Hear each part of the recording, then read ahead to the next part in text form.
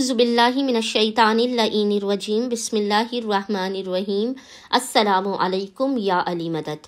मोमिनीन व मोमिनात की खिदमत में इसमें आज़म का बेइंतहा मुजरिब जलाली और आज़मूदा तरीन अमल व वजीफ़ा लेकर आए हैं।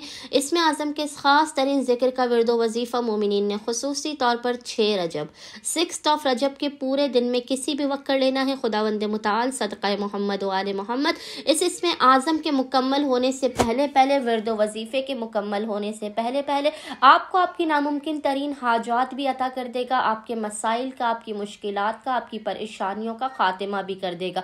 बस मोमिनीन ने करना यह है कि 6 रजब के 6 रजब के पूरे दिन में किसी भी वक्त निस्फ़े शब तक जब भी आपको फुर्सत के लम्हात मिले, आपने बावुज़ू होकर किबला रुख होकर बैठ जाना है और मोहम्मद वाले मोहम्मद पर अव्वल व आखिर 5 मरतबा दुरूद भेजने के दरमियान में 70 मरतबा 70 टाइम्स इस इसमें आज़म की तिलावत करनी है। और वो इसमें आज़म है या लतीफ़ो।